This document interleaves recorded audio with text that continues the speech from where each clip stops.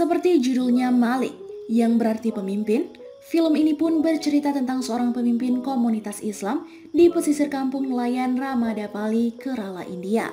Pemeran film ini adalah Ahmad Ali Sulaiman Ika. Ia adalah seorang pemuda muslim. David adalah sahabat dari Ali Sulaiman. Roslyn adalah adik dari David dan ia juga akan menjadi istri Ali Sulaiman. Freddy adalah anak David yang berandalan. Jamila adalah ibu Ali Sulaiman. Anwar Ali sebagai salah satu anggota pemerintahan yang sangat membenci Ali Sulaiman. Abu adalah tangan kanan Ali yang sangat licik dan rakus akan uang. Di kota Ramadapalli pesisir ini, masyarakat Muslim dan Kristen tinggal bersama. Pimpinan Muslim yaitu Ali Sulaiman dibujuk istrinya Roslyn untuk melaksanakan haji demi putra mereka. Ali awalnya berat meninggalkan rumah karena masih banyak warga yang harus ia lindungi. Namun, mendengar putranya, ia langsung luluh dan ingin berangkat haji. Di tempat lain, remaja bernama Freddy, keponakan Ali, anak dari David, ditangkap polisi karena menyerang polisi saat terjadi kerusuhan di sekolah milik Ali Sulaiman. Departemen Kepolisian kemudian mengintimidasi Freddy untuk membunuh Sulaiman di penjara. Tujuannya untuk mengakhiri sindikat kejahatan Ali. Tak hanya sampai di situ, polisi juga mendatangkan ibu Ali Sulaiman yang dulu pernah bersaksi di pengadilan bahwa anaknya itu adalah pembunuh. Polisi juga berharap ibu dari Ali membujuk Freddy agar semakin kuat niatnya untuk membunuh Ali Sulaiman. Ya, ibunya pun mendatangi Freddy dan kemudian bercerita. Saat masih berumur 6 tahun, Ali Sulaiman pertama kali dibawa ke masjid. Ketika itu Ali dan ayahnya telah didiagnosa sudah meninggal saat di perjalanan. Ibunya yang bercerita mengatakan seharusnya ia mati saja saat itu agar tidak banyak orang yang terbunuh. Namun takdir berkata lain. Saat hendak dikubur, ternyata Ali Sulaiman bernafas kembali. Ya, seperti mati suri. Pada masa itu, umat Islam dan Kristen Ramadapalli hidup rukun. Komunitas nelayan Kristen terutama tinggal di pinggiran kota Edavattura. Saat itu, umat Islam belum memiliki sekolah, jadi Ali pun disekolahkan di sekolah Kristen dan ia bertemu dengan David dan Peter. Ali, David, Hamid, dan Peter putus sekolah setelah mereka mengunci pendeta yang menghukum David dan Peter. Itu semua adalah idenya Ali. Ya, Ali ini solidaritasnya sangat tinggi walaupun mereka berbeda agama. Setelah itu, mereka bekerja sebagai kurir narkoboy dan bosnya adalah Chandra. Hari demi hari, mereka pun beranjak dewasa. Ali, David, dan Peter, mereka nakal namun sangat bisa diandalkan. Suatu hari, imam masjid mengeluh kepada Ali tentang sampah yang dibuang di depan masjid, yang semakin hari semakin menggunung. Pak Imam juga mengatakan tidak ada yang nyaman beribadah di masjid itu karena baunya sangat mengganggu. Ali pun mendapatkan ide. Mereka bisa mengembalikan sampah tersebut ke depan rumah orang yang membuang sampah itu ke depan masjid karena ada kertas yang berisi alamat si pemilik sampah. Karena hal itulah, Ali pun pertama kalinya ditangkap oleh polisi. Ia dipukuli dan dibuang ke sampah-sampah di depan masjid tanpa pakaian. Karena hal itu juga, Chandra memecat mereka. Setelah itu, Ali dan teman-temannya mulai menyeludupkan sendiri barang narkoboy itu dan mereka menjual sendiri tanpa Chandra. Ia mendapatkan ide itu setelah melihat Roslyn, adik perempuannya David, menjual ikan-ikan nelayan kampung di depan rumah mereka. Roslyn adalah satu-satunya gadis yang kuliah di kampung itu. Jadi beberapa saat sebelumnya, warga setempat menjual ikan-ikan itu kepada Chandra, namun dibeli dengan harga yang sangat murah oleh Chandra. Maklum aja, beli ikan warga hanya modusnya Chandra saja yang pada intinya mereka menyeludupkan narkoboy sebagai bisnis dasarnya. Nah, Roslyn karena kesal ikan mereka dibeli dengan harga yang sangat murah, ia pun mengajak warga untuk tidak menjual ikan lagi kepada Chandra, tetapi membuka lapak sendiri di depan rumah masing-masing. Setelah kejadian yang menimpa pada Ali dan teman-temannya, akhirnya mereka jemput dan jual sendiri tuh barang narkoboynya. Mereka buka lapak di depan lapak Roslyn. Tentu aja mereka nggak jual narkoboy kayak Roslyn jual ikan ya. Mereka menjual parfum, namun menyelundupkan narkoboy di dalamnya. Setelah Ali melihat Roslyn menjajakan jualannya, ikan, hanya 2 rupiah. Seperti itu. Ia pun meniru cara pemasaran Roslyn dan mengatakan parfum-parfumnya hanya 15 rupiah. Sontak saja, wajah Roslyn agak aneh. Hari-hari pun berlalu. Penjualan narkoboy dengan modus parfum tersebut laris manis. Namun sekarang ada syarat beli parfum di toko Ali, yaitu harus juga beli ikan di tempat Roslyn. Disinilah sudah terlihat ada aroma-aroma jatuh cinta Ali kepada adik sahabatnya itu. Sore hari setelah ikan-ikan Roslyn terjual habis, ia mendekati lapak Ali dan abangnya itu. Ia ingin membeli parfum. Spontan aja, David langsung memberi parfum dan gak usah bayar lah, bilangnya gitu. Namun ternyata Roslyn tidak mau dan akhirnya Ali mengatakan biar dia aja yang bayar. Roslyn menjawab, dia juga gak mau parfum itu. Ia maunya parfum untuk wanita. Sontak aja mereka langsung kaget dan mengatakan memang ada bedanya. Roslyn pun mengambil salah satu botol parfum dan mengatakan ini nih botolnya yang untuk wanita. Ia juga mengatakan kepada David bahwa temanmu itu menjual parfumnya sangat murah sampai aku kaget. Di toko, parfum itu sebenarnya seharga 75 rupiah. Nah, mereka malah jual 15 rupiah. Ya, mereka sebenarnya sama sekali nggak tahu soal parfum. Pokoknya, narkoboynya terjual habis. Beberapa tahun kemudian, mereka sudah tidak menjual parfum lagi. Sekarang mereka sudah menjual barang elektronik dan sudah membuka toko yang besar. Tetapi, tetap aja bisnis dasarnya adalah narkoboy. Mereka bersenang-senang dan saat di pesta, Roslyn terlihat cemburu jika Ali bersama wanita lain. Ia pun mengecup Ali dan berlari keluar. Sejak saat itulah, Ali gugup setiap melihat Roslyn. Suatu hari setelah sholat Jumat, ada seorang kepala kolektor bernama Anwar datang ke toko mereka. Sontak saja, Ali langsung memberitahu Hamid untuk mengabari Abu bahwa ada sesuatu yang tidak beres. Ali pun melayani pria itu yang ternyata ingin membeli mesin cuci. Namun, karena hanya ada 2 tipe, ia menanyakan model lain. Bawahan Ali pun langsung mengatakan ada banyak, tetapi ada di gudang Pak. Dengan terpaksa, Ali pun membawa bapak itu ke dalam gudang. Sesampainya di gudang, teman-teman Ali pun hendak lari karena takut itu adalah polisi. Ali langsung keluar dan mengatakan bapak itu hanya mau membeli elektronik. Di dalam, kepala polisi itu melihat Roslyn mengajar anak-anak. Ali pun menjelaskan mereka tidak memiliki sekolah yang layak. David juga mengatakan hanya Roslyn yang lulus kuliah dan mengajari mereka.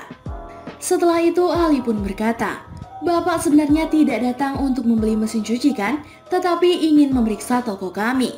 Anwar pun menjawab, "Aku di sini ingin membeli mesin cuci dan apa ada hal lain yang bisa kulakukan untukmu?"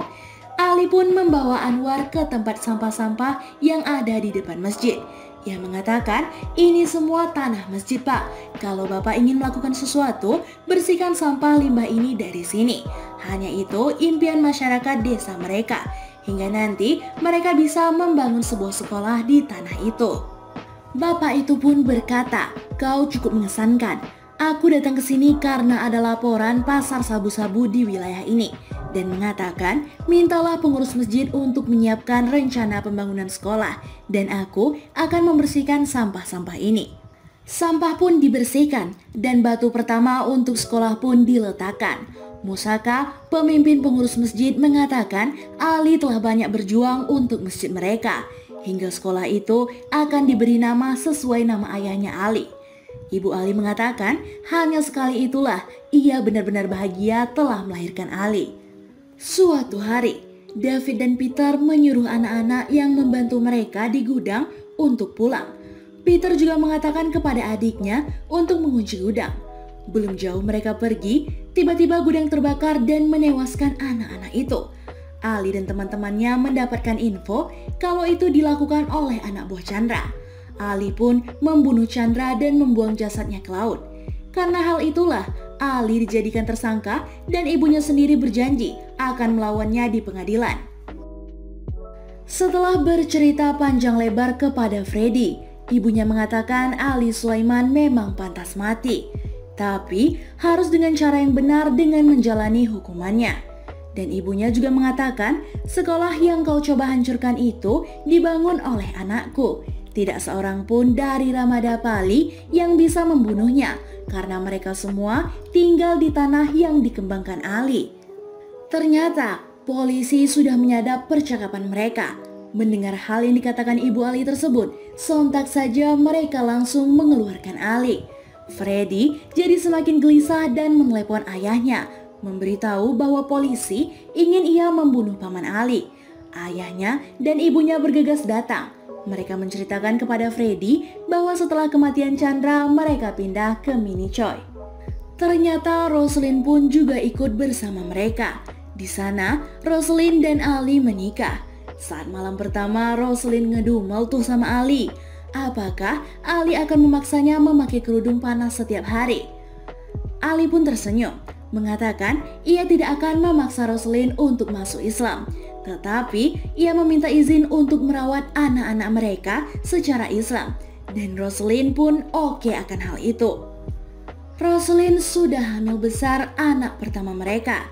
David dan Peter kembali ke Ramadapali. Di situ mereka mendapatkan banyak info kejahatan polisi setempat. Pak Anwar juga menyuruh David agar Ali menyerahkan diri.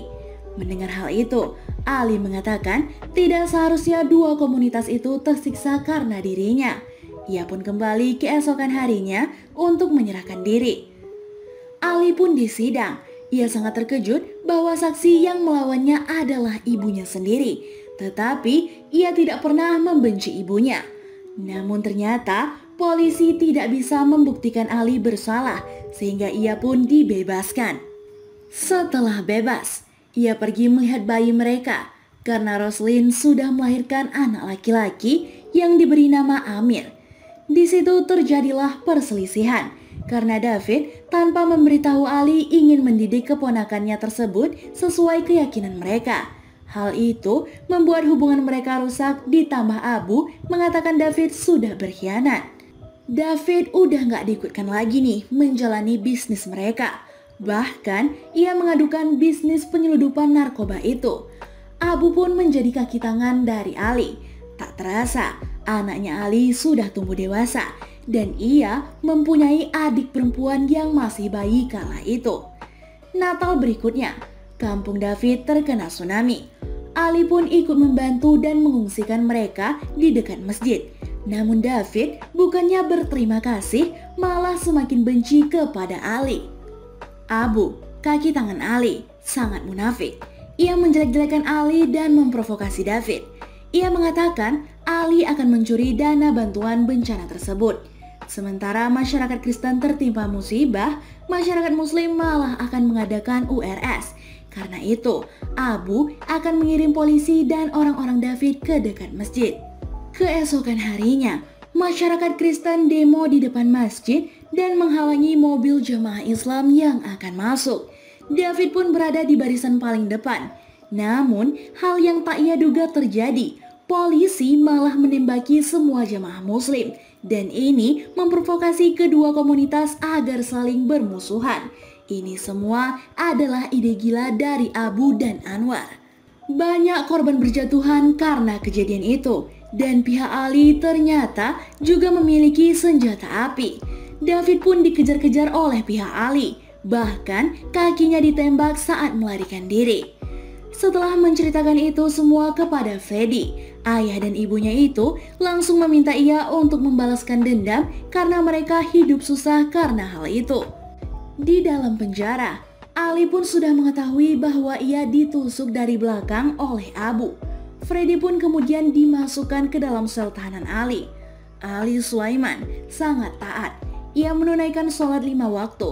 Meski ia tahu bahwa Freddy dikirim untuk membunuhnya, namun ia tetap percaya bahwa Freddy tidak akan melakukannya. Saat sholat, Freddy mencekik Ali dengan kain. Tetapi ternyata Freddy tidak tega dan melepaskannya. Ali pun langsung mengambil pistol dan mengarahkannya kepada Freddy. Sejenak, Ali pun langsung melepaskan pistol itu dan mengatakan, "Aku juga tidak ingin kehilangan dirimu." Flashback di hari kejadian. Saat bentrokan terjadi, ternyata Amir anak Ali Sulaiman menjadi target juga. Dan ia mati tertembak saat itu. Disaksikan Ali dan Roslin. Mereka sangat sedih. Ali tidak memberi ampun kepada siapapun. Ia menabrak Anwar di depan putrinya. Ia juga membunuh polisi yang terlibat. Ia juga tahu bahwa David membantu agar orang-orang di sana saling membunuh. Setelah bercerita, Ali pun menangis terisak-isak. Namun, ketika hendak berdiri, penyakit jantungnya pun kumat. Langsung saja, dokter wanita datang. Bukan untuk menolong, malahan ia membunuh Ali. Freddy terheran-heran melihatnya. Ternyata, dokter itu adalah putri dari Anwar yang sudah dewasa. Setelah Ali meninggal, Freddy pun dibebaskan dari penjara. Saat hendak pulang, ia meminta ayahnya berhenti di depan masjid. David mengatakan kepada Freddy, "Jangan masuk ke dalam, mereka akan membunuhmu." Tetapi Freddy mengatakan ayahnya tahu kalau putranya akan terbunuh.